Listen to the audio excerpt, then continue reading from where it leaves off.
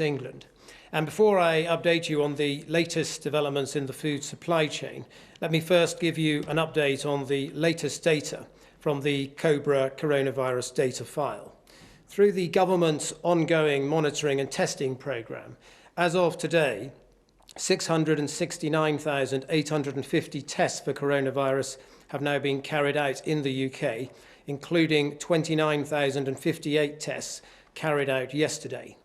152,840 people have tested positive, and that's an increase of 4,463 cases since yesterday. 15,953 people are currently in hospital with the coronavirus in the UK, down from 16,411 on the 25th of April. And sadly, of those hospitalised with the virus, 20,732 have now died, and that is an increase of 413 fatalities since yesterday. And we express our deepest condolences to the families and friends of these victims. At the beginning of the outbreak of this virus, we saw significant problems in panic buying. That episode quickly subsided, and food availability now is back to normal levels and has been for several weeks. All supermarkets have introduced social distancing measures to protect both their staff and their customers, and it is essential that shoppers respect these measures. The food supply chain has also seen a significant reduction in staff absence over recent weeks, as staff who had been self-isolating through suspected coronavirus have returned to work. So absence levels are down from a peak of typically 20% in food businesses 3 weeks ago to less than 10% at the end of last week, and in some cases, individual companies reporting absences as low as 6%. We have put in place measures to support the clinically vulnerable.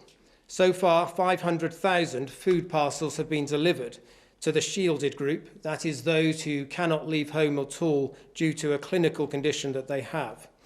And in addition, the major supermarkets have agreed to prioritise delivery slots for those in this shielded group. And so far, over 300,000 such deliveries have been made, enabling people to shop normally and choose the goods that they want to buy. We recognise that there are others who are not clinically vulnerable and therefore not in that shielded group, but who may also be in need of help, perhaps through having a disability or another type of medical condition, or indeed being unable to draw on family and neighbours to help them. So we have been working with local authorities to ensure that those people can be allocated a volunteer shopper to help them get their food needs. And charities such as Age UK and others can now also make direct referrals on the Good Samaritan app to locate volunteers for those in need. Many supermarkets have taken steps to increase the number of delivery slots that they have. At the beginning of this virus outbreak, there were typically 2.1 million delivery slots in the entire supermarket chain. That has now increased to 2.6 million, and over the next couple of weeks, we anticipate that that will grow further to 2.9 million. So supermarkets have taken steps to increase their capacity. But while this capacity has expanded, it will still not be enough to meet all of the demand that is out there.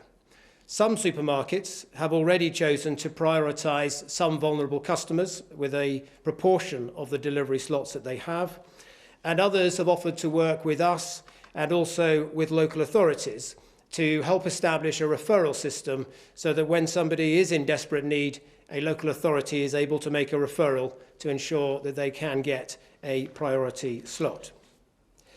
As we look forward more generally towards the next stage in our battle against this virus, there are encouraging signs of progress.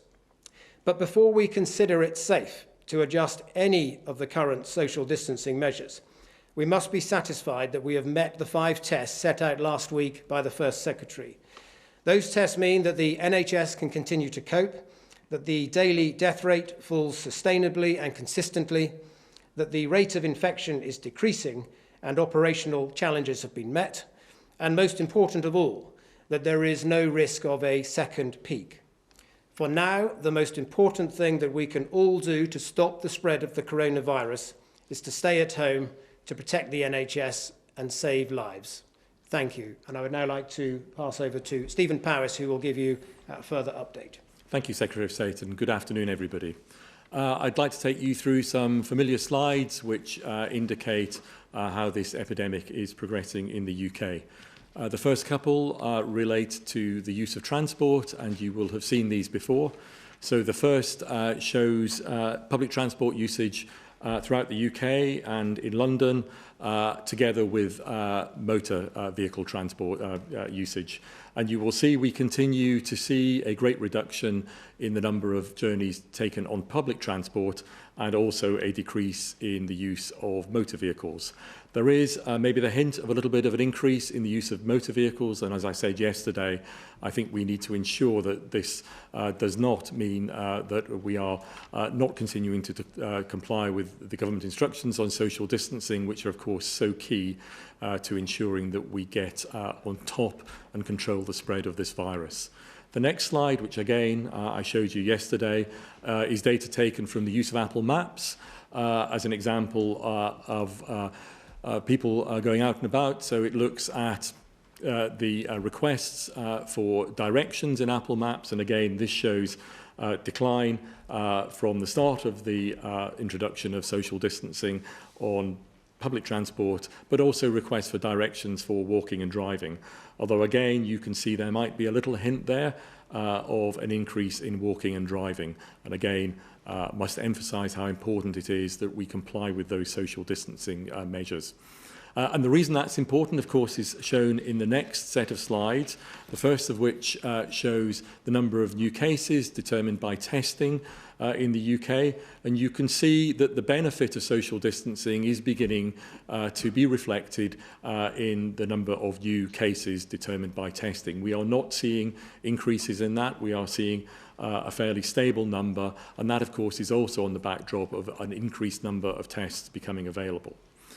That in turn, of course, then plays through into the number of hospital admissions. Again, for the vast majority of people, this is a mild illness, but unfortunately for some, it requires a hospital stay, a hospital admission. And you can see that we now have a very definite trend in a reduced number of people in hospitals. That is most marked in London, but I think you can also see that in the Midlands and the beginnings of that in other areas of the UK. And so that is definitely showing that our compliance with social distancing is proving to be beneficial. It is reducing the transmission and spread of the virus. And of course, for those, unfortunately, who are more critically ill, again, a minority, in the next slide, you can see the proportion of critical care beds that are being used for COVID-19 patients in the UK. And you can see that proportion is declining, as indeed is the absolute number. So again, evidence that all the hard work everybody in the country has been doing to maintain those social distancing rules is paying off. And then finally, the last couple of slides are deaths. All deaths are tragic, and my heart goes out to all those who've been affected by deaths of loved ones. The number of deaths in hospitals shown here is now starting to decline. The deaths outside hospitals are reported differently, and I'll show you data on that in a minute. But this is absolutely because we as a British public have paid attention to the social distancing guidance we have been given. And then finally, the last slide is an international comparison, and there are two lines here for the UK. The first is hospital deaths, which we can report very quickly, but then also you will see a line now at around day 24, 25 in all settings, which includes data that becomes available through the Office for National Statistics. That includes all deaths, but because of the way that deaths are reported out of hospital, there is a lag in reporting that. It is updated weekly, and we are looking at ways in which we can ensure that that reporting is done quicker, but there will inevitably be a lag on that. Thank you. Thank you. I'd now like to turn to questions, starting with David Shookman from the BBC. Thank you very much indeed. A couple of questions, if I may. First of all, in the modelling of the infection rate and the different measures, the effect that they have on that rate, it's pretty clear that reopening schools has one of the least impacts on increasing the rate. Might it be that when you look at relaxing different measures, reopening schools might be one of the first things you consider? And a second question about care homes. We keep hearing from care homes that they're still having trouble getting testing for people with their residents with symptoms, let alone residents who are suspected possibly of having COVID-19. Can you give a commitment to a date by when they might get the testing that they say they need? I'll pick up on those briefly, but might ask Stephen to come in after. I think on the first point about reopening schools, Dominic Raab addressed this earlier this morning and stressed the importance that even as you started to consider steps such as that, it would still be important in such a setting to have social distancing measures in place. And on the second point on testing, we have been ramping up our capacity to do those tests. Currently stands at over 50,000 a day, and we have started to invite large numbers of people now working in the care sector and care homes to undertake those tests, and significant numbers have. I might now pass over to Stephen, who may have the precise number. Yes, thank you, David. So I think a few days ago, the Chief Medical Officer, Chris Whitty, gave a very clear description here at this podium of the sort of strategy that scientifically we would have to think about adopting in order to ensure that we don't see a rise in infection, in the spread of the virus in the forthcoming months. And in order to make sure that we don't put ourselves at risk of a second peak of infections. And that's broadly to make sure that we keep the transmission rate below that number that we always talk about, that R of 1, which essentially means ensuring that we don't go back to a situation where one individual is passing the virus on to one or more individuals, that the rate needs to be below that. That there are a number, scientifically, as you have heard in these press briefings, there are a number of different measures and different approaches that can be taken to keeping that R level below 1, that transmission rate below 1. And that is exactly the work of SAGE and independent scientific experts to work out what that range of measures look like. And of course, school closures is one of those measures. I think it's highly likely that there will be different combinations of measures, some of which are in place at the moment, but others that you have heard about, such as more sophisticated track and tracing, that in combination will keep that number below 1. It's the role of the scientists, such as me and others, to look at that and to provide advice, but of course it's the role of government, quite rightly, to look at those and decide which particular combination is the appropriate combination to take forward. I think on testing, I don't have much to add other than to say that testing is clearly expanding at the moment. In the NHS, we're responsible for testing in hospitals, and we are expanding testing in hospitals. I know outside of hospitals, testing is expanding as well. And I think what's important is that that continues to expand so that those residents in care homes who are symptomatic and asymptomatic and care workers have access to that testing. Thank you very much. Next we have Inigo Gilmore from Channel 4. A question to the Minister, if I may. We've been hearing very serious concerns, Minister, about the lack of public health experts who manage infectious disease outbreaks on your government advisory group, SAGE. We now know that Dominic Cummings and Ben Warner attended, but if you won't tell us who else attended, how can the public get a sense of the balance of their current expertise that you say you're relying on? And secondly, a question to Professor Powis.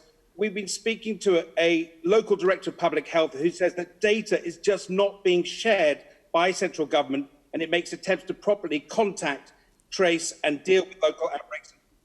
When is that going to change? And what's your best estimate of when it might be possible to restart contact tracing again? Well, the important thing to note is that SAGE is unusual in the way it operates as an expert advisory group, in that it is convened in response to specific emergencies. And the scientists that go on to that group will change depending on the type of the emergency. And it is important that those scientists are able to have discussion themselves, free of external influence, and also that we protect their own security as well. So for those reasons, we don't publish the names of those on the group. However, their minutes and their deliberations are published. And Stephen might be able to tell you a little more about that. Yeah, so I'm a member of SAGE, that's in the public domain, and personally I have no problem providing people give permission. I think the Chief Medical Officer has said the same with the names of participants in SAGE being published. Clearly that's not my decision, but I'm perfectly happy for my name to be in the public domain. On the question of contact tracing, you broke up a little bit, but I think the question was, when is contact tracing likely to come in and be effective? So I think there's probably a general comment on contact tracing. So contact tracing, which is a very tried and tested way of managing outbreaks, it's more difficult in an epidemic, but it's certainly a tried and tested way of managing outbreaks. Obviously takes a lot of resource, a lot of time to trace effectively the contacts of an individual person who has tested positive. It can be aided by technology, and the development of a digital app will no doubt help in that setting. But I think the general point is that the lower the number of new cases in the population, the easier it is to do, because it involves contacting less people overall. So, to give you a number, if there are 4,000 new cases a day, and you have to contact trace, say on average 30, that's 120,000 people to contact trace. If it's 2,000, it's half that. So the point is, getting the infection rate as low as possible will put us in a position where contact tracing will be at its most effective. So as the Secretary of State for Health and Social Care said here a couple of days ago, Public Health England are building up the capacity to do contact tracing. Technology is being used to develop an app that will assist. But the point at which to introduce that is the point at which we have maintained social distancing, we have driven the infection rate down, and it can be introduced in a way that is most effective as possible. So the core message is really to continue to comply with the social distancing instructions, because by getting the infection rate down, which is what is happening at the moment, will get us in the best position for track and trace. Thank you. Next, we've got Paul Brand from ITV. Go ahead, Paul. Thank you. Given the Prime Minister's return tomorrow, when do you expect him to follow the First Ministers of Scotland and Wales and start setting out a strategy to potentially begin lifting the lockdown? And on care homes, today the Foreign Secretary said that the number of deaths in care homes was coming down at a similar rate to the number of hospital deaths. What's the evidence for that, please, and can you share it with us? Well, look, on your first point, the Prime Minister has been in all of our thoughts over these last few weeks as he's faced a very difficult encounter with the virus, and we are all delighted that he is going to be back at the helm and returning to work tomorrow. The government has set out its approach, which is that a week ago we decided that it was too early to ease any of those social distancing measures. It will be reviewed again in a couple of weeks' time, and that would be the right moment to consider the scientific evidence that we have, particularly the latest medical evidence. Very important that we don't do this prematurely and risk a second peak. Very important that we see a consistent downward trend and sustainable reduction in the number of infections, and that is our position. But look, I'm sure that at some stage during the course of the week ahead, you will be hearing from the Prime Minister. And Stephen. Yes, so I think, as I've said before, I think it's really important to remember that the approach that needs to be taken to keep on top of this virus, to keep transmission down, will need to evolve over time. And it will need to evolve over time because the science and what we know about the virus is developing all the time. We are learning more and more. And even as we stand here today, there are certain pieces of key information that we would love to have to help us plot a way through the coming months is not available. So one piece of information is how many people develop immunity to the virus and how long that immunity lasts. And the truth of it is, of course, that we won't know how long immunity lasts until we have got some way into this epidemic and we've been able to follow individuals in a serial way, in other words, take blood tests over months to see what happens to their immunity, their antibody levels. And as that information becomes available, and there are studies ongoing in this country that will do exactly that, and other countries, we will be able to evolve the scientific advice as to how to manage this virus. So this is not a sort of binary choice between being in one place and another set of measures. This is going to be a continually evolving approach based on the science and the emerging science as we learn more about it. Great, thank you very much. Next we have Heather Stewart from The Guardian. Go ahead, Heather. Hello. You've talked about some of the changes supermarkets have made to make delivery slots more available. It's still very, very difficult for people to get a food delivery slot, and some basic foodstuffs are very, very hard to get hold of. I wonder whether shortages of some food products and price increases for others are part of the new normal we're going to have to get used to for the next coming months. Well, look, we've been monitoring the food supply chain quite carefully, and to date, there isn't any serious disruption to international trade flows. We're also seeing retail sales, having had that episode in panic buying several weeks ago, return to normal levels now, or in some cases slightly below normal levels. It is the case that the social distancing measures that supermarkets have had to put in place means that there are times when they're not able to restock shelves as freely as they would ordinarily. But that is not a problem of food supply. That is simply the fact that social distancing sometimes makes it harder for them to get the goods on their shelves. But generally, we've seen a dramatic improvement from the problems that we saw 3 or 4 weeks ago.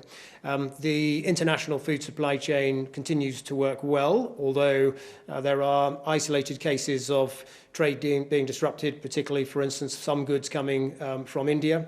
But most of our trade with near neighbours in Europe is continuing to flow normally. We're also acutely aware that we're about to start the British season in fresh produce, in soft fruits and salads. We estimate that probably only about a third of the migrant labour that would normally come to the UK is here and was probably here before lockdown. And we are working with industry to identify an approach that will encourage those millions of furloughed workers, in some cases, to consider taking a second job, helping get the harvest in June. It's not an issue at the moment, since the harvest has barely begun, but we do anticipate that there will be a need to help recruit staff for those sectors in the month of June. Kate Ferguson from The Sun.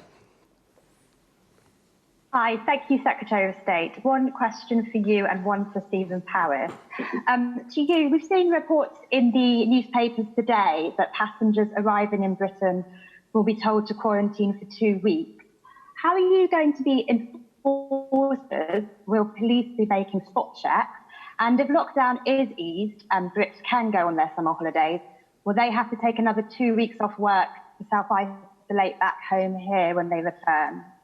And to Mr. Powis, we've seen today's death figures are the lowest that they have been this month. You've previously spoken about green shoots. Are we turning a corner and are we through the peak now? Thank you.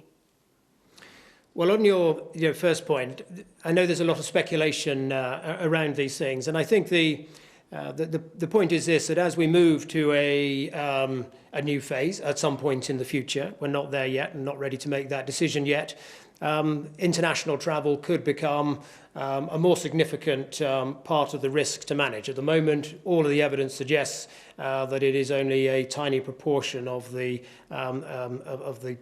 cause of the coronavirus outbreak. If we got to that point, a number of measures would be considered, but no decisions have been even taken in this space yet. We've taken a conscious decision as a country not to close our borders, because it's important that we keep trade flowing. And should there be medical advice at some point in the future, as we move to new stages, that this is an area that should be looked at and considered, then obviously that is the time to do that.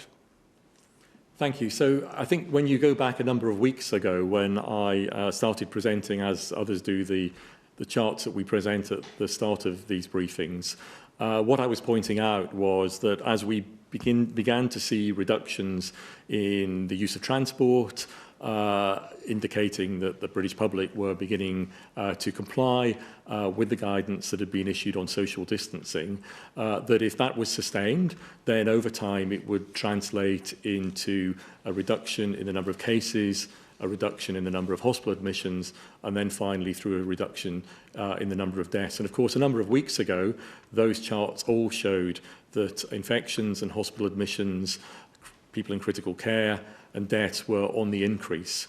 Over the last few weeks, of course, we have seen, because those social distances measures have been adhered to, that those curves have started to change. And as I showed you just a few minutes ago, we are now beginning to see declines, particularly in London. And yes, deaths are now either plateauing around the country or beginning to decline. But I should emphasise that those benefits have only occurred not by luck, as I've said before, but because people have complied with the instructions that we've all been given. And they have followed the science. So the science of this is quite straightforward. If we reduce the number of people that can be infected from an individual person who has the virus to below, on average, 1, then the virus starts to go into decline and the number of infections start to fall. That is the simple principle behind the measures of social distancing. And what you have seen is all our efforts, hard though they might be, have begun to pay off. But of course, the other point to make there, of course, is that it will only continue to pay off if we continue to keep social distancing and we continue to comply with those messages. Because, of course, my fear, as the fear of all of us is that those curves won't continue to be on a downward trend, but will start to go in an upward trend. And we're not at the point that any of us can be absolutely confident that that's not going to be the case. We want to avoid a second peak. We want to avoid a rise. And so I can't emphasize enough that this is not the time to say, actually, we've done a good job. We need to stop complying with our social distancing instructions and the government guidance. This is exactly the time to keep that up. It's exactly the time. And that's why when I showed you the transport graphs and curves earlier, that slight uptick in motor vehicles, that slight uptick in the use of Apple Maps, we need to keep a close eye on that. We all need to remind ourselves that this has been a really tough 4 weeks, and we don't want to lose the benefits that have come from this. We need to keep going, and we need to make sure the number of infections continues to decline. Thank you very much. And finally, Jen Williams from the Manchester Evening News. Hi, thank you. A question first for the Minister, if I may, and then one for both of you. Councils are clearly on the front line of delivering social care during the pandemic, and so far the government has promised £3.2 billion extra for local government. But one Conservative councillor I spoke to today said that while it's welcome, it's merely a sticking plaster for what's to come. Greater Manchester's 10 councils alone have forecasted a financial hit of more than £500 million this financial year, and leaders are warning of catastrophic cuts to services if ministers don't help further. So will government make good on its promise to do whatever it takes and commit to fully reimbursing councils for their losses? And secondly, I just wanted to come back to the question that Paul Brand asked earlier on about death in care homes and what the evidence actually is currently that they are falling, and probably something that I would add to that. Why were deaths in care homes not factored into the same kind of counting as deaths in hospitals at the start of this? Was that an oversight, or what's the actual reason for the fact that we didn't start this process with a daily care home death figure? Thank you. Well, look, the government, of course, recognises that these are extraordinary times, and local authorities have indeed taken on additional burdens to help get through this crisis. And it's in recognition of that, as you alluded to in your question, that Robert Jenrick announced a package of additional financial support for local authorities. We estimate that that's the right approach to support them through this difficult time. course, some of the things that they're doing now, they're often geared up to do anyway, and they have their own emergency response centres and emergency response procedures that are in place and that they do on a regular basis. But we recognise that there are new burdens, and that's why there's been that additional financial package announced by the Secretary of State in MHCLG. I will turn now to Stephen. Yes, so thank you. So obviously, as NHS England National Medical Director, I am most concerned with the reporting of deaths within hospitals. Of course, we care about all deaths, absolutely, but the mechanism of reporting deaths in hospitals falls within NHS England and, of course, the other devolved administrations. So I think it's worth pointing out there's important differences about the way the data is collected.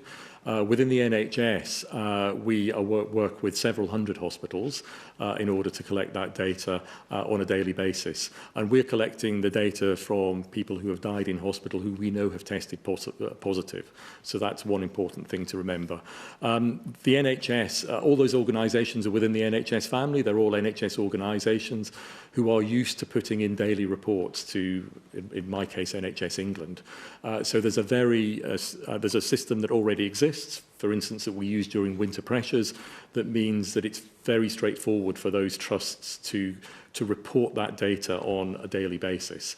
In the care home sector, of course, there are many, many thousands of care homes operated by many, many different independent organisations. And so that sort of daily rhythm of reporting in is just not something that occurs in care homes in the same way.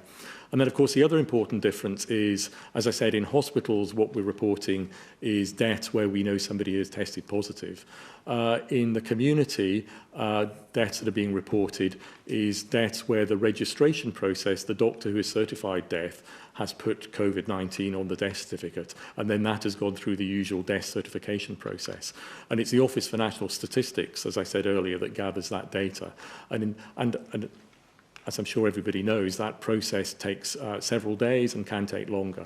So again, as I said earlier, I know colleagues in government are looking to speed that up, but there is an inevitable longer time for those deaths to be recorded than the very quick reporting that we can get on a daily basis within the NHS. So it simply reflects the differences in the two processes and the difference in what we're reporting in terms of test-positive deaths in hospitals and death certificates in the community.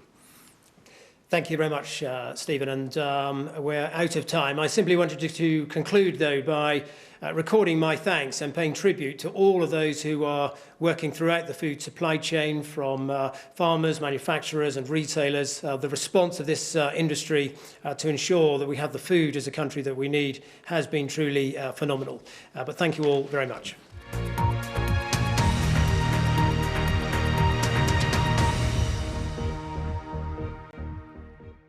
See the headlines as they happen and watch BBC News live in the app and get the full story with bbc.co.uk/news. Follow the story for all the latest with BBC News.